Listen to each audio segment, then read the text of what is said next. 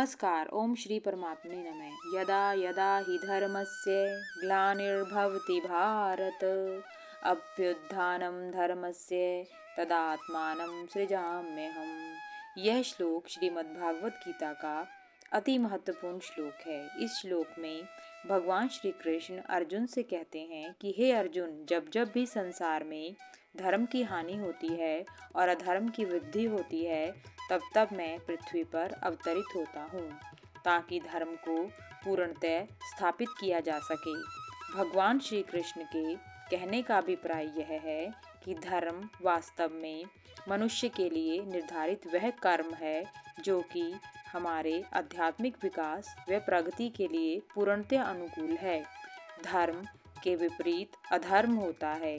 जब अधर्म संसार में फैल जाता है तो सृष्टि के निर्माता व संचालनकर्ता धर्म को पुनः स्थापित करने के लिए प्रयत्नशील रहते हैं। भगवान के इस प्रकार अवतरण को अवतार कहा जाता है।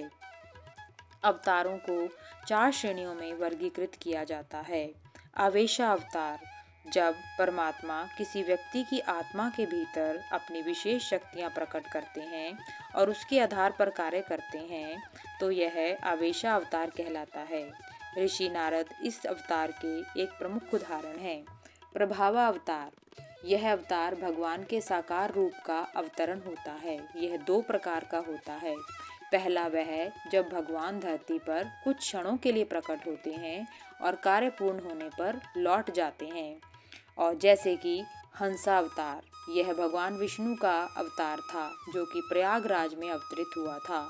जब ब्रह्मा जी ने अपनी सभा में बैठकर अपने मानस पुत्रों से मोक्ष प्राप्ति के विषय पर चर्चा की तो हंसा अवतार में भगवान विष्णु ने प्रकट होकर उनके सवालों के उत्तर देकर उनके संशय का निवारण किया।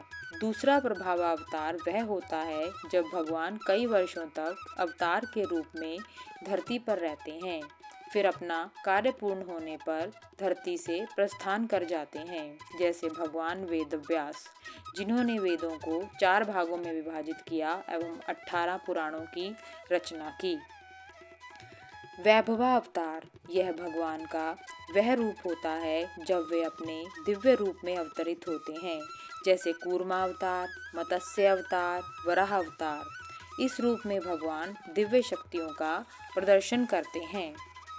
प्रावस्था अवतार, जब भगवान अपनी सभी अलौकिक शक्तियां अपने व्यक्तिगत दिव्य रूप में प्रकट करते हैं तो उसे प्रावस्था अवतार माना जाता है, जैसे कि श्री कृष्ण और श्री राम।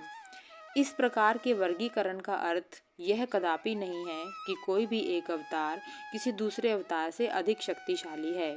वेद व्यास जी ने स्वयं कहा है, सर्वे पूर्णा शाश्वताश्च देहतस्य परमात्मने। भगवान के सभी अवतार दिव्य शक्तियों से परिपूर्ण हैं। वे सभी पूर्ण व संपूर्ण हैं। प्रत्येक अवतार में भगवान उस विशेष अवतार के प्रकटीकरण के प्रयोजन को पूरा करते हैं। ओम नमो भगवते वासुदेवाय नमः।